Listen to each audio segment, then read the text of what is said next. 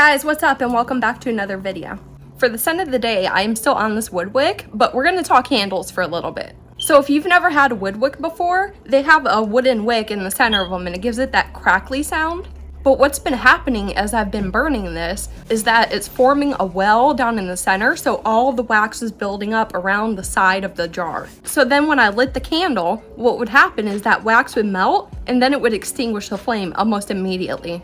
So what ended up happening is I had to take a spoon and scrape up all that excess wax that was coming down and melting all over the flame. And with this, I'm just gonna stick this in my wax melt warmer. But the moral of the story is these candles are not really cheap at all, and I'm just pretty disappointed that I had to go through all that work because this candle would not stay lit. If you're new to my channel, then welcome, and I would love if you took a few moments and subscribed and hit the notification bell so you will never miss anything interesting. And I also do upload every single day on Instagram and on Reddit, so if you like new daily updated content, be sure to go follow me over on there. And now I'm introducing you to the palette of the week. This is the Beauty Bay Wilderness palette, and I have waited so long to grab this. Here's what that color story looks like. And the look that we're going to be doing today is called reverse cut crease. So we're going to take the steps of a normal cut crease and just turn them backwards. And this is the perfect color story to play around with something crazy like that. So if you're ready to get into the tutorial, then let's get started. So like usual, I'm going to throw on a little bit of eye primer, and then I'm going to do my tight lining. But for today's tight line, I'm going to use a blue. So I'm just taking this Urban Decay 24/7 eye pencil, and I'm just going to line the top waterline with this pencil. Now, once all the prep work is done, we're ready to get started on the look. So the first thing we're going to do is build our foundation. And for that, you're going to need two brushes. You're going to need a really tiny detailed brush, and then you're going to need a dome blending brush. And the first shade we're going into is called Ivy, so put that on your detailed brush. And then start in the middle of your eye, just slightly above your natural crease line. And you're going to want to take this all the way out. And wrap it into a circle shape. And you want to take the shade even below the lower lash line.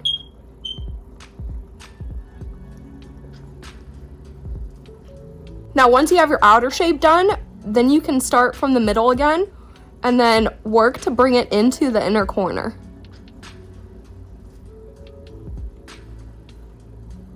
Now once you have your whole shape done, then go ahead and deepen it up by just applying a few more layers of shadow. The next step is to take your blending brush and go over the edges of that shadow so it's not very harsh anymore. Now once you have all that blended, go into a shade called Twilight, and starting in the middle, put this on the harsh line of the green, and you're going to want to follow the same shape as the green. So wrap it all the way around your eye, just like the first shade.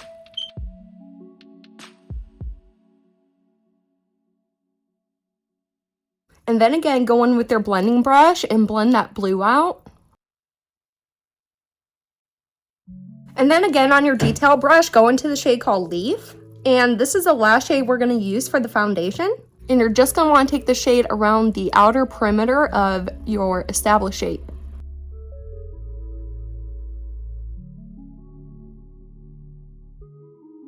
Now just take your blending brush and go ahead and get those edges blended out, and then we're going to clean it up a little bit.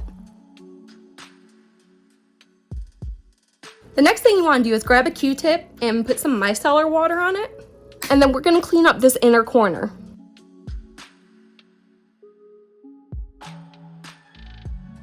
So it should look something like that once you get finished cleaning it up. You just want to take all this excess out of the inner corner.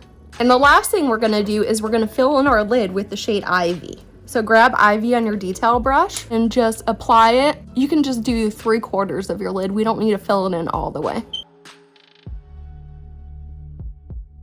So once you have that on, it's time to get into the reverse cut crease. Grab a concealer or some eye base, whatever you want to use, and put it on your hand.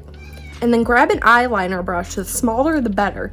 And we're going to form our rough shape. Now keep in mind we're doing a reverse cut crease, so it's going to be bigger in the front and then it's going to dwindle down to a smaller shape towards, I'd say, 3/4 of the eye. We don't have to make it perfect right now. This is just the rough outline of it. So I'm going to start about right here.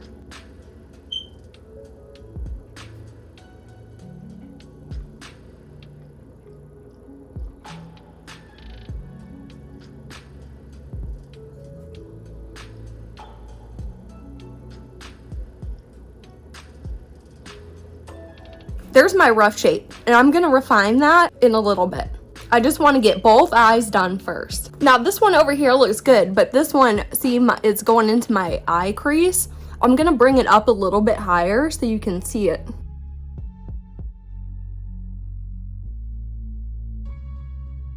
Okay, so that's good. So the next thing we're gonna do involves a Q-tip and micellar water once again.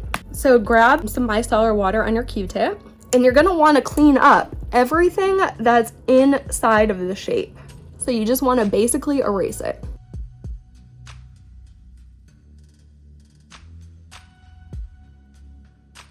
Now once you have erased everything inside the lines, now it's time to refine it and make it look better.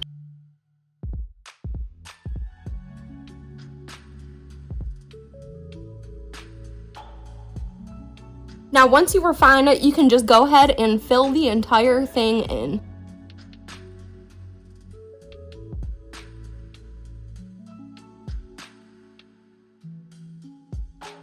When I get to this edge out here, I just like to take my fingers and pat it a little bit so it blends into my skin.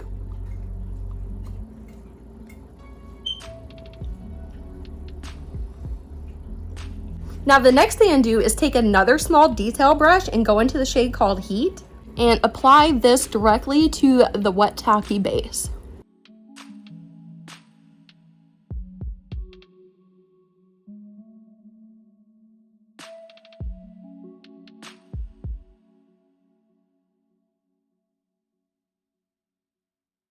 Now the next thing I do is go into the shade Fossil. Gently tap that on with your finger if you wish.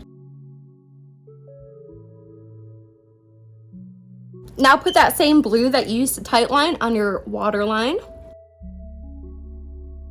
Now before we get started on the lower lash line, we have to clean up again. So use the Q-tip and micellar water and just clean up this lower lash line.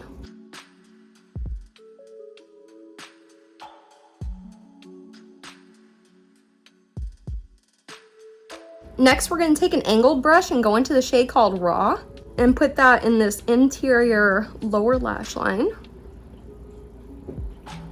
And then the next step is to take a really fluffy brush and go into the shade called Marigold and just fluff that on this under portion of the entire lower lash line.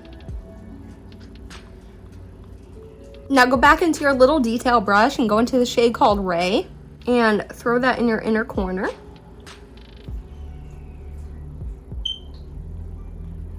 And now I'm going to do some mascara and I will be right back.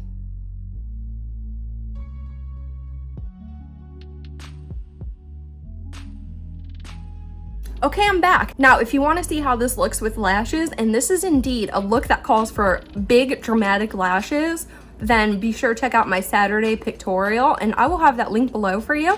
And also I do want to point out, the better you blend this and the more time you take on it is going to look a lot better. I didn't take nearly as much time as I should have on it, so I didn't really blend to the best of my ability or anything, but I just wanted to walk through this and show you guys the steps. So without further ado, let's get right into the palette review. So this is the Beauty Bay Wilderness palette, and they just recently came out with this, and this is just regular cardboard packaging. And when you open it up inside, there's a big large mirror inside. And here's that color story again. There are 20 shades in here and they each weigh 1.4 grams. This is a mix between eyeshadows and pressed pigment, so if you're wary of using pressed pigments around the eye area, I just did want to mention that. There are 3 different types of formulas in here. There's mattes, there's metallics, and there are toppers. The matte formula is super easy to use. It blends super easily, it builds nicely, it layers nicely. Everything that you want from a matte formula, this does provide. As far as the metallics, they're that really squishy, putty-like texture, and I usually don't have good luck with those, but these ones I did. They picked up very, very easily on a brush, And the more you build them up, the more reflective they get. And the last formula, which are the 2 toppers included in here, have more of a flaky texture, and they do not have a base pigment. So you can apply them like we did today over any finished look, and they really amp it up.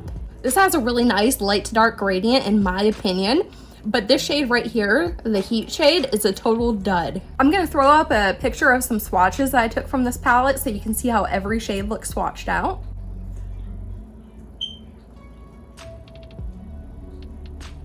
The next topic is the cost. And you guys are not gonna believe this. This palette is currently on sale and it only costs $14.40. So that breaks down to only 72 cents per shade. And breaking that down further, it's only 51 cents per gram. So as compared to similar products on the market, this is very, very inexpensive. And now we're gonna get into my recommendation. Upon using this, I did not get any patchiness and I did not get any creasing. I definitely got some kickback in the pans and very slight fallout on my face. And I definitely would recommend this, and there are 3 reasons why. The first reason is because it's super easy to blend. This palette's not gonna give you any trouble when you're trying to work with it. The second reason is because for this price that you're paying, these formulas in general are just incredible. And the third reason is because this is kind of an abnormal color story, and I think it will add to anybody's collection. So that's my video today. I hope you enjoyed it and found it helpful. And if you like this video, please give it a big thumbs up. And if you didn't like this video, hit the thumbs down button. And until next time,